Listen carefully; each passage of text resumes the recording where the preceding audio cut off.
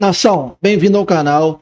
Só quem é campeão já chega soltando aquele like para chegar bem, se inscreve no canal e sem muita enrolação, vamos pro vídeo. Crédito para as imagens da ESPN. Eu não sei se vocês viram imagens, não sei se você acompanhou um pouquinho, André Kfouri, Rafael Marques, vocês viram imagens da volta do Flamengo pro Brasil depois de Lima, da conquista do título. Viu alguma imagem, André? É um brincalhão. Se você não viu imagem, então se prepare, André Kfouri, você fã de esportes. Bota na tela pra gente um pouquinho da festa. Olha só como foram tomadas as ruas do Rio de Janeiro pelos torcedores. O Flamengo recebido aí com muita festa pela nação. Ruas ali, ó, cheias de torcedores. Teve live do Pedro lá em cima do caminhão, os ônibus todos lá perfilados e tudo mais, desde o aeroporto até... Olha quanta gente... Eu fiquei justamente... Vocês acompanharam o todo. 5 horas de live. Desde o começo. Foram 5 horas de live, Rafa? Isso, eu, André Kfouri e a Marcela Rafael. Trouxemos no YouTube da ESPN, também no TikTok, toda essa cobertura em tempo real, com a nossa equipe de reportagem lá, o Cícero Melo dando um show como de praxe, o Rodrigo Jufo. E no final, né, tivemos um problema, já perto, por volta das 4 horas da tarde, porque as pessoas não iam embora. Sabe aquela história? Eu não vou embora, ninguém ia embora. E a polícia precisava, tinha um horário limite para poder liberar novamente essas vias de acesso. Para dispersar. E aí as pessoas não iam embora, e aí precisou daquelas bombas de efeito moral, gás de pimenta, para que a galera saísse. Aí tivemos alguns tumultos no momento do final da live, mas até o transcurso dela como um todo correu tudo bem. Os jogadores curtiram. O André teve essa mesma percepção que eu tive também. Sim. Eles estavam felizes em estarem ali, vivendo essa festa. Esse aí... Eu não consigo Luiz, olhar para esse moço aí e não ver ele como jogador ainda. É muito recente, né? Meteu o boné. Ficou mais parecido ali com o jogador, né? Meteu o bonezinho ele não tem a aparência de um treinador. Exatamente. Ele tem a aparência de um jogador. Aquele estereótipo que a gente tem de treinador, né? E aí foi isso, assim. Foi uma festa muito, muito grandiosa hoje no Rio de Janeiro.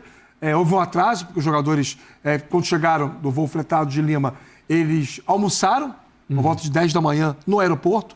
Fuso todo trocado, né? Sim. Que é natural. Amanhã não tem treino e só na terça vai ter um treino pro jogo de quarta. Já tá pensando no Brasileirão também, né? Vários personagens engraçados nessa presença da torcida lá. E, claro, como a decisão pela escolha da 1º de março como a rua para essa carreata, e não, para essa carreata não, para esse desfile, né, do trio elétrico, para essa festa, e não a Presidente Vargas, que é, no mínimo, 3 vezes mais larga, notadamente foi para que a polícia tivesse maior capacidade de controle em cima das pessoas. Porque numa via muito larga, o controle não é tão simples assim. Tem que ser muito maior. Além do que, se fosse da Presidente Vargas, isso teria um impacto na Central do Brasil, que é o local que abarca todas as linhas de trem do Rio de Janeiro. E nós estávamos ao vivo na live quando a gente viu os torcedores indo embora, andando no sentido contrário ao do trio elétrico, para caminhar da 1º de março até a Central do Brasil, mais ou menos 1,5 km, para poder pegar trem para voltar para casa. Então, acaba que nesse sentido foi certo, mas no final das contas não teve como evitar o tipo de confusão que teve no final. Pois é, uma festa danada, muitas pessoas na rua aí comemorando mais um título, um domingo quentíssimo, um tremendo sol, gente chegando cedo. Claro, como sempre acontece nessas situações, o ônibus atrasou, os jogadores almoçaram, a gente no ar a partir das 10 da manhã no YouTube da ESPN. Ficou um bom tempo até poder ver algum jogador do Flamengo, uma cena que foi até engraçada, inusitada, quando o ônibus que os trouxe do aeroporto até o local onde estava o trio elétrico, né, o carro aberto, apareceu nas primeiras imagens, já havia jogadores do Flamengo para fora da saída de emergência no teto do ônibus. Não no trio elétrico, no teto do ônibus. No teto do ônibus, 3, 4 em cada saída, fazendo o caminho inverso ao que alguns torcedores fizeram no Aeroflá, quando o time viajou. Ali o pessoal, né? Entrou. Esquema tipo SWAT, né? Quase tomaram o ônibus, mas os jogadores, alguns ali, né, uma meia dúzia, clima de festa já fazendo gestos e tal. Quando o ônibus chegou ao local ali do trio elétrico, foi feita a transferência, a taça sofreu um pouco, mas tomaram aquela... É verdade. Teve uma avaria. Tomara que ela seja restaurada, mas eu quebrou. Insisto, isso faz parte da festa. Não é para acontecer, mas também não é nada... Arruma a taça, tudo bem, isso não é um problema. Só uma observação, quando o Corinthians foi campeão da Libertadores, a taça quebrou e ele foi o campeão mundial. Aí um sinal aí, ó. Agora, a mobilização da torcida do Flamengo é uma coisa gigantesca, é compatível com o tamanho que ela tem, a representatividade popular. Então não importa se está calor, se os caras chegaram cedo. O Cícero Melo e o Jufo entrevistaram vários torcedores. Eles estavam em pontos diferentes, né, do trajeto, um no começo e um no meio, né? E gente que chegou ali super cedo, gente que foi escondido. Teve um menino que falou: meu pai e minha mãe não sabem que eu tô aqui, mas quero dizer que eu amo vocês, eu tô aqui sendo feliz com o Mengão. Amo vocês tanto quanto eu amo o Mengão, é amor. Eu sei que eu vou chegar em casa, vou entrar no coro, mas eu vou ser feliz durante o dia todo. Isso é o futebol. O futebol é isso aí que a gente viu nas ruas. Hoje era o dia do torcedor do Flamengo aparecer na conquista histórica do tetracampeonato da Copa Libertadores. Porque é evidente, é difícil ir a estádio, é impossível ir a treino, é mais difícil ainda encontrar jogadores casualmente e ter acesso a eles. Hoje não só foi o dia do torcedor do Flamengo participar da festa que é dele, né? Porque quem foi ao estádio Flamengo, a torcida do Flamengo compareceu num número absurdo também ao estádio em Lima. Hoje no Rio, o torcedor fez parte da festa. Sim. E as coisas se invertem quando isso acontece, porque você vê os jogadores, a comissão técnica, todo mundo em cima do ônibus, filmando a torcida. Sim. Eles não estão ali filmando, tem uma selfie ali, aqui, tal, é legal, tal, mas eles estão filmando a torcida. Porque os jogadores gostam de ver isso. Hoje o torcedor foi o protagonista ao lado de um time que é indiscutivelmente o melhor do Brasil, o melhor da América do Sul, e o Flamengo, com todo o mérito e toda a alegria, se junta ao seu povo hoje, na volta ao Rio de Janeiro, com a taça, que, de novo, foi levemente avariada, mas eu tenho certeza que ela vai ser reparada e vai ficar bonitinha. É uma festa histórica, lógico, né? Para ser lembrada por todo mundo que estava presente aí no Rio de Janeiro, recebendo esse time que voltou com mais uma taça da Libertadores da América e mais um título para o Flamengo. Vamos falar um pouquinho a respeito do jogo, também da partida, porque os senhores, ontem eu não ouvi a opinião dos senhores em relação à partida. O Flamengo se sagrou campeão. Golzinho ali do Danilo naquele escanteio batido e tudo mais, gol de cabeça. Mas uma partida cheia de elementos, inclusive uma partida com muita discussão. A festa ali, ó. A gente tem Felipe Melo, Júlio César carregando a taça, tem o Puyol ali atrás. Vai lá, Puyol! Não vou não. Essa aqui é a festa de vocês e tudo mais. Até rolou isso ali no começo com a taça. Mas a gente teve um jogo mascado. No finalzinho, aquela bola aérea. Zé, o que você achou da partida? É normal uma partida de final ser mais nervosa? É natural que isso aconteça também? Sim, é natural que seja uma partida disputada, ainda mais pela rivalidade das duas equipes, né, nos últimos anos, mas assim, o Flamengo para mim foi superior. O Palmeiras, todo mundo estava esperando que o Abel fosse tirar uma carta do seu bolso, fazer algo diferente, mas o Palmeiras entrou para se defender e jogar no erro do Flamengo. E o Flamengo não errou. O Flamengo conseguiu ter aí pelo menos os 75 minutos de jogo, de controle de jogo. A partir do momento em que o Flamengo faz o gol, é a hora que o Palmeiras começa a jogar muito mais no desespero, porque aí o Gustavo Gomes vai jogar lá na frente, o pessoal começa a atacar, mas eu coloco muito também nas escolhas do Abel em relação a isso, né? Porque nós vimos o Palmeiras, tem o Palmeiras antes do Mundial e o Palmeiras pós-Mundial. O Palmeiras antes Mundial era o Palmeiras que o Vitor Roque pegava a bola de fora para dentro, que o Flaco Lopes tinha dificuldades para encontrar posicionamento, às vezes era banco, né? Se eu não me engano ele era banco. Os meio-campistas não conseguiam jogar porque não conseguiam criar, simplesmente porque pela maneira de... Danilo subiu lá no... Subiu mesmo, né? Subiu demais, né? Fez um belo gol. Então, e aí o time do Flamengo conseguiu encontrar situações aí, o próprio erro, né, de marcação. Sim. O Danilo sozinho. Sozinho. O Danilo fez um gol sozinho. Para quem acompanhou o Mundial, o Danilo fez um gol no Mundial assim também, se não me engano, foi contra o Chelsea, se eu não me engano, né? Então assim, o Palmeiras para mim deixou a desejar e o Flamengo se impôs pela qualidade técnica dos seus jogadores.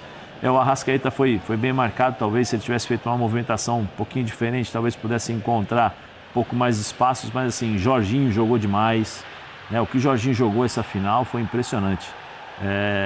Marca, distribui o jogo. Eu sou fã do Léo Pereira, eu acho que o Léo Pereira mantém uma regularidade sensacional, eu acho que ele deveria estar na seleção.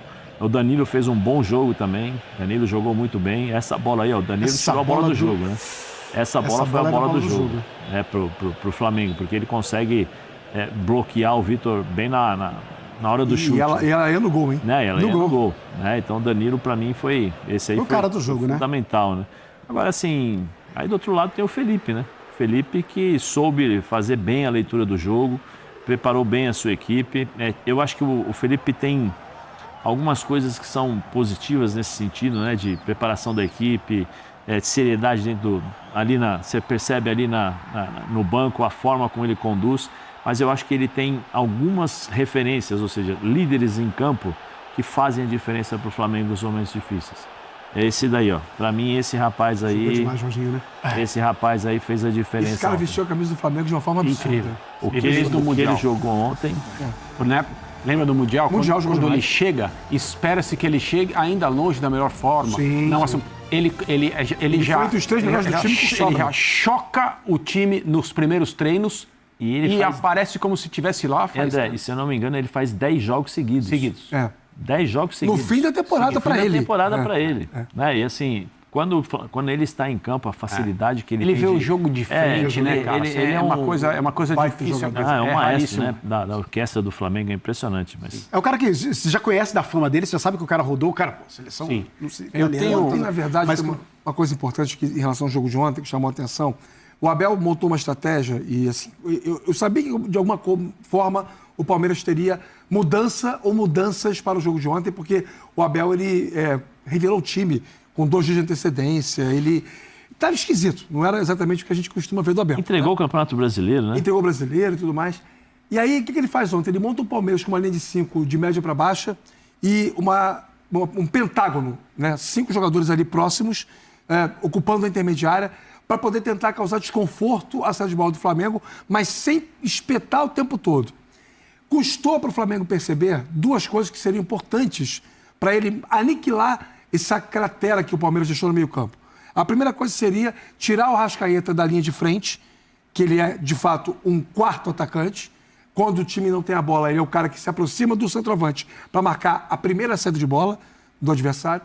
Puxar o Arrascaeta mais para a intermediária própria do Flamengo, quebrar esse espaço que estava ali aberto para poder gerar a oportunidade do Flamengo, com a bola no pé e o Arrascaeta de frente, desenvolver as suas construções.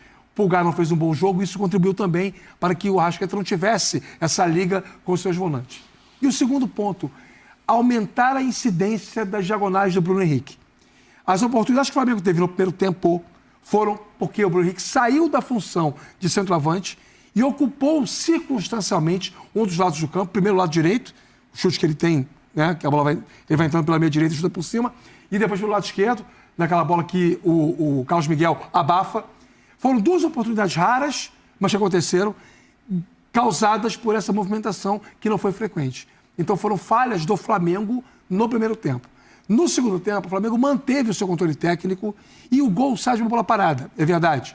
Mas vendo o jogo, a gente tinha a sensação de que no primeiro arrefecimento do Palmeiras, o Flamengo iria abrir o marcador.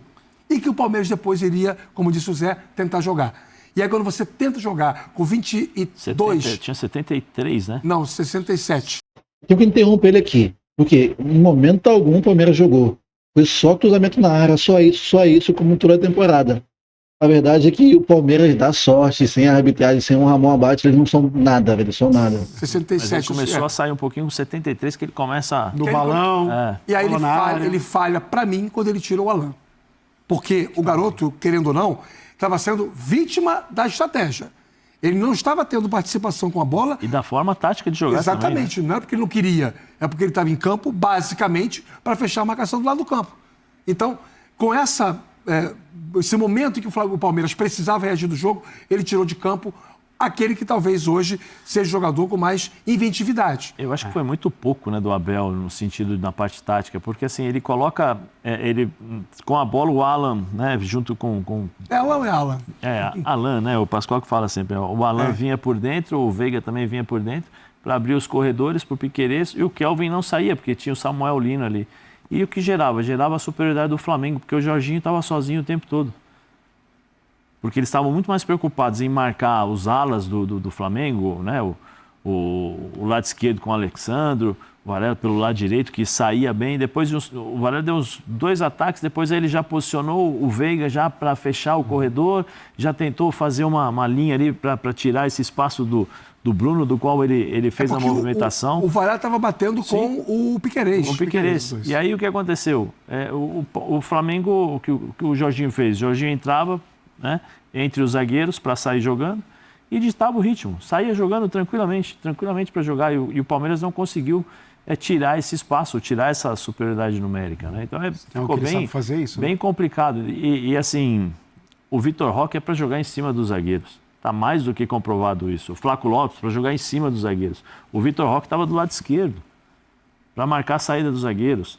O Flaco estava voltando para marcar a saída dos zagueiros. Quando todos nós pensávamos, o que ele vai fazer? 3 zagueiros, ele vai colocar o Fux centralizado, como fez contra a LDU. O Fux centralizado, sem a bola, né? Volta, mas com a bola ele sai para o jogo. Ou senão, sem a bola, ele pressiona o Arrascaeta.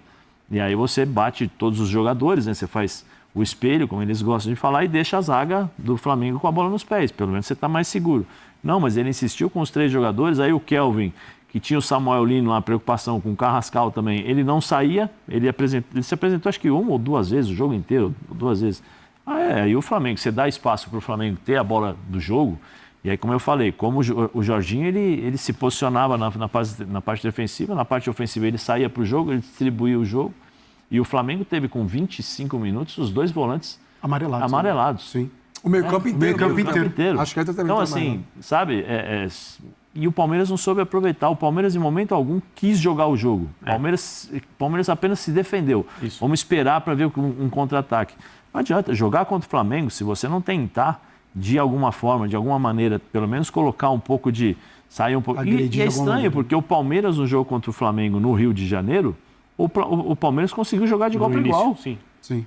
Jogou de igual para igual. A abordagem inicial foi completamente diferente. Totalmente diferente. Aí deixar o Jorginho controlar o jogo, o Jorginho foi um maestro no jogo. Já quero te ouvir, André, mas antes vamos colocar o lance polêmico, porque base da boa parte das discussões geraram em torno daquele lance do Pulgar em cima do Fux. Ali, lance em que a jogada já estava parada, basicamente. O Abel falou a respeito desse lance e da arbitragem, lógico, depois do jogo. Esta é uma equipa muito agressiva, vocês viram a forma com que esta equipa vai nos duelos, pegou muito forte, alguns até forte demais, e acho que o árbitro foi muito simpático, não quis se calhar estragar a final. Há um lance que vocês sabem que é extremamente duvidoso na primeira parte, que pode mudar o decorrer do jogo, mas o árbitro entendeu não dar vermelho, vocês sabem do lance que eu estou a falar. Mas, enfim, não vou procurar abster-me de falar mais de arbitragens. As imagens estão aí. Cara, eu não consigo ouvir esse cara falando e ficar quieto, mano. Pelo amor de Deus, olha o sorriso dele de sacanagem, pelo amor de Deus. E o lance do Veiga no Carrascal também. Ninguém fala, né? Só porque perdeu. É chorão demais. O Abel é chorão, não tem o que falar. Mas, como disse, é uma equipa bem treinada, muito agressiva até demais. E pronto, o árbitro foi simpático nesse lance, na minha opinião. É esse lance aí, ó, André. Queria que você comentasse a respeito do lance. Eu concordo com os nossos analistas de arbitragem. Acho que com a maioria das pessoas, gente que eventualmente torça para o Flamengo, é capaz de entender que isso aí, ó, é cartão vermelho. Sim, a jogada já estava parada, inclusive. Né? Isso. Então, eu entendo que o jogador do Flamengo deveria ter sido expulso. Agora, já existe uma conversa dizendo, mas então se isso tivesse acontecido, o jogo teria outro caminho. Gente, o Flamengo teve quase 70% de posse. O Flamengo controlou o jogo do início ao final. O Palmeiras, com a sua forma de atuar, que é uma escolha, entendeu e apresentou para o mundo que estava assistindo o jogo uma verdade. O Flamengo é o time dominante em campo. Nós tentaremos marcação e transição. Nós tentaremos diversas vezes uma bola de uma área ao campo de ataque. Então, assim, não existe nenhuma garantia de que o Flamengo, se ficasse com um jogador a menos, seria um time de menos controle, menos dominante, seria um time diferente, evidentemente. Mas dizer que o resultado teria sido outro são situações distintas. Agora, a minha impressão é que o árbitro permitiu que o Pulgar continuasse em campo depois desse lance aí que nós estamos vendo de novo. Isso é uma solada na canela. Sim, mas assim, eu acho que ele estabeleceu um padrão quando ele também não expulsa o Veiga. Para mim, o Veiga tinha que ter sido expulso. E a arbitragem dele foi bastante boa, exceto esse lance aí, com a importância que isso tem, a repercussão e tal. Principalmente porque ele falou pouco ontem, né? O árbitro que é conhecido... Nossa Senhora! como resenha. Tem alguns brasileiros. Eu não vou citar o nome dos. Não precisa também citar. Para não dar moral. Tem pessoal que gosta de resenha. Temos aqui no Brasil que gostam de um papo que eu vou te contar. O Fabrício falou. Vai lá, mano. Ô, Fã de Esportes, vamos pro rápido intervalo. Então, nação. Como é que nós está hoje? Oi. Então, é o que foi dito ali, ó. O do Veiga, ninguém fala. O Abel, cara, é o treinador mais chorão que eu já vi na minha vida. Quando ele ganha, tá tudo perfeito, a arbitragem é boa, mas quando ele perde, é sempre culpando a arbitragem, cara. Como pode isso? O Veiga, ninguém fala, mano. E aquele sorrisinho dele, pô, pelo amor de Deus. Mas é isso aí, fomos campeões e quarto tem mais.